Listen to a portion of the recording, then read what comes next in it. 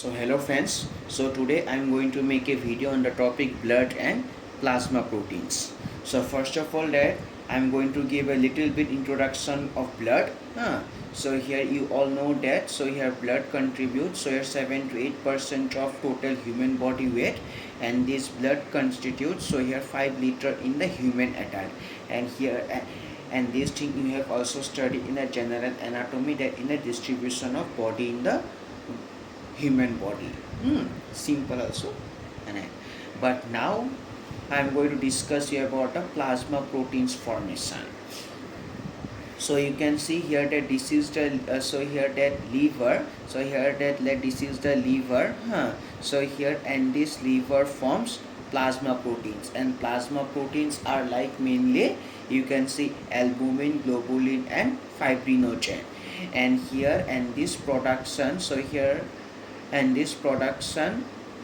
basic and liver are the production of these plasma proteins and liver. So here between these two things, so here there is a negative feedback mechanism. So here if you don't know what is negative feedback mechanism, so here it is simple, or if you know it is well and good. So here here reaction is done where reactants form products. So you can see here that when products concentration high, then here that these products inhibit the reaction. So you can see here that these products are high, that means so here products inhibiting the reaction. And again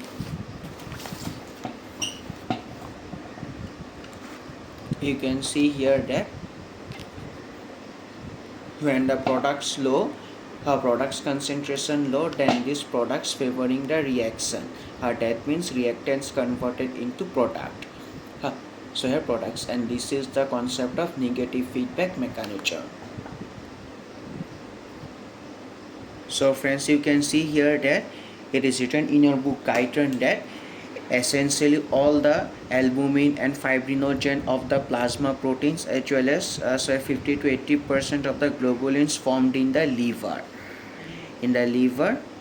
And the remaining globulins form, and there are many gamma globulins constituting the antibodies used in the immune system. And about the globulins you will study in the immunology chapter. Also the immunity and allergy you will study about these globulins also.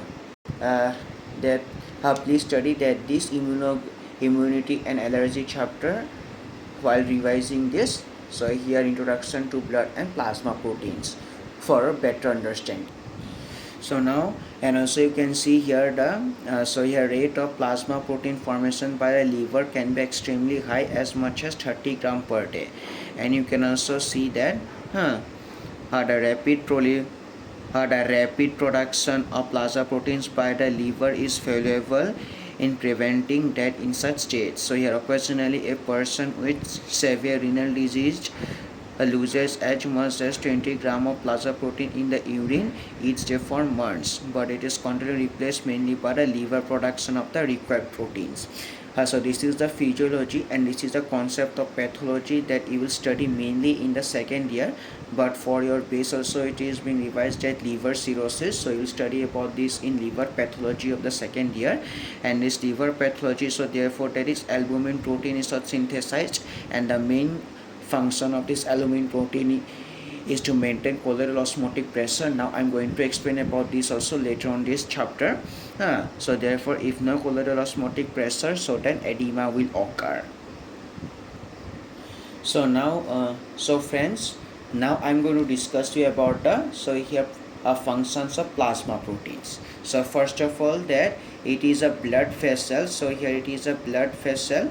So here it is simple a blood vessel, and this is a blood, and inside this blood these are the plasma proteins. And you can see here that it is a semi-permeable membrane, and these are the pores. So here, and you can see here that since the size of these pores is smaller than the size of protein, so therefore here proteins can easily cross. So therefore I've made cross sign. So therefore proteins can cross the semi-permeable membrane.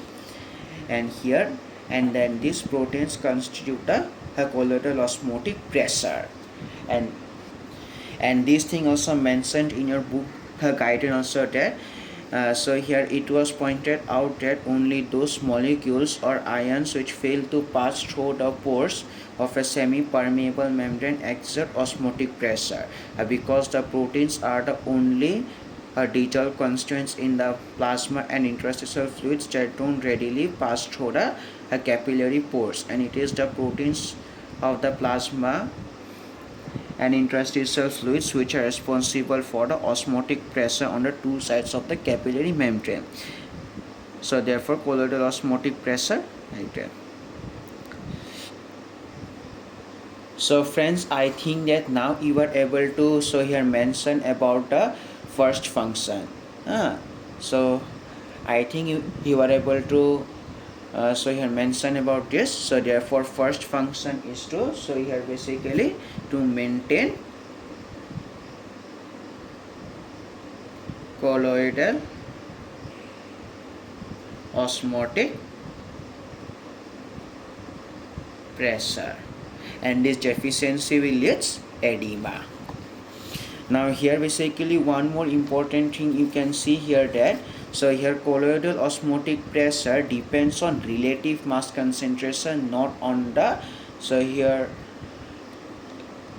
mass or the body. That here colloidal osmotic pressure COP, that means is directly proposed. So here COP, that means colloidal osmotic pressure, it is directly proportional to relative mass concentration. So now you can see here that since albumin has highest relative mass concentration, so therefore albumin contributes to colloidal osmotic pressure mainly. It is mentioned in your book. See friends, so here that grams per deciliter, that means grams per deciliter also. So here means that here grams per deciliter, that means relative mass concentration. So you can see here that this albumin has here 4.5, globulins 2.5, and fibrinogen 0.3. So therefore here an IIP, that means colloidal IIP is the colloidal osmotic pressure. So you can see here that this albumin is contributing here maximum to the colloidal osmotic pressure, and this is written that thus 80% of the total colloidal osmotic pressure of the plasma results from the albumin fraction mainly, and 20% of the globulins, and almost none from the fibrinogen. So friends, you know that RBC, that RBC has lifespan of 120 days, and here after 120 days you will study that this RBC, that is they are destroyed or broken in spleen, and then here and in spleen also they are converted to unconjugated bilirubin. So about this you will study in your biochemistry also too. So here hemoglobin finally converted into here that is unconjugated bilirubin, and you can see here that this unconjugated bilirubin, here unconjugated bilirubin transported to liver.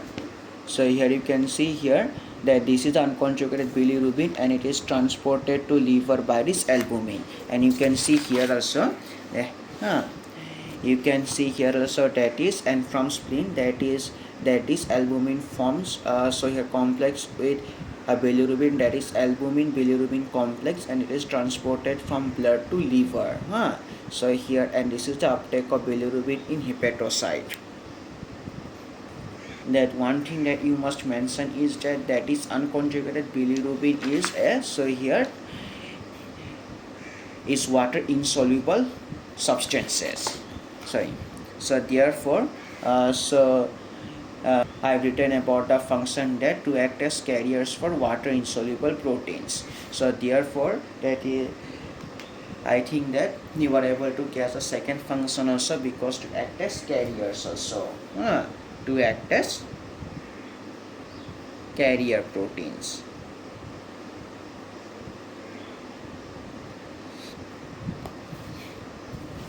And this is written in your book also. So you can see here some plasma proteins act as carriers for water insoluble substances. So here for example albumin acts as a carrier of steroid hormones, fatty acids and thyroid hormones. Other specific carrier proteins in the blood are also present in transporting lipophilic hormones to target cells. And these carrier proteins include the sex hormone binding globulin, which binds estradiol and testosterone, a cortical binding globulin and thyroxine binding globulin. So and about this also you will study in reproductive physiology and in also so here endocrine physiology. But here that is main function that I want to show is just so here plasma proteins act as carrier proteins. So friends, so now third function is jam. You can see here. So let that this is a cell. So here rough diagram, this is a cell, and this cell has so here basically has devoid of amino acids. So therefore first of all is that so here that is in the cell membrane. So here folds are formed. Folds are formed, and with the help of these folds that is ECF enters inside the cell, and this ECF contains plasma proteins, and then inside the cell that is plasma proteins they are converted into amino acids, and when the required amino acids are done, then again that these amino acids are again converted into the transport into blood, and then so here and in blood that these amino acids are converted into cellular proteins, and these cellular proteins do different functions. And this is written in your book.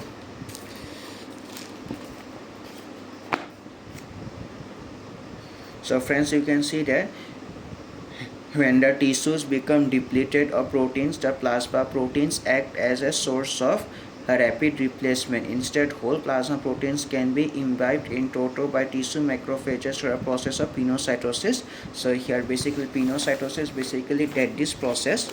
So here that there is a process by which plasma proteins taken inside the so here cell with the help of the formation of folds in the cell membrane. This is known as pinocytosis. So therefore there is pinocytosis, and then this so here and inside they are split into amino acids, and they are transferred back into blood and used throughout the body to build cellular proteins whenever needed.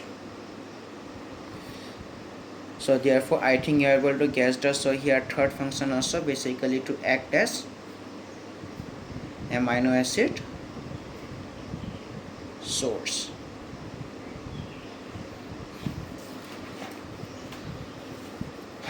So now the so here fourth function you can see here there. So here it is the so here equilibrium maintained between the blood and tissues. So therefore that is plasma. So therefore plasma proteins always try to maintain the required protein concentration inside the blood and as well as inside the tissues also. And this is the case of so here reversible equilibrium. So here also you can see that there is a constant state of equilibrium among the plasma proteins, the amino acids of the plasma and the tissue proteins. It has been estimated from radioactive tracer studies that normally about 400 gram of body protein synthesized and degraded each day as part of continual flux of amino acids. So this is a case of equilibrium. So therefore that is the fourth case. So here fourth function basically to maintain so here equilibrium.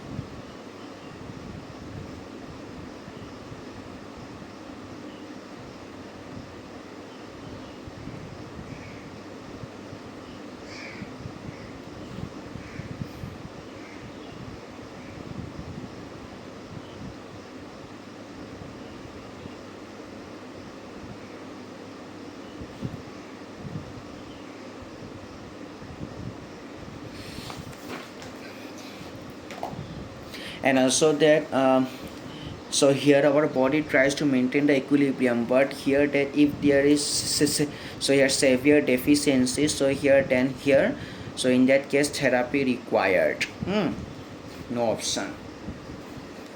So now you also now the fifth function also you all know that protein is a polymer of amino acids, and this is the basic structure of amino acids. So now you can see here that in basic medium where there is acid less, so therefore that is protein creates, so here acidic medium by release of hydrogen ions. But when there is excess acid, so here proteins accept hydrogen ions, so therefore this, so here in this pH is maintained. So therefore so here that is the feed function is acid base balance. Now so here these are the some of the plasma proteins that you should know. Now I'm going to so here that is explain you about the functions mentioned in your book guide.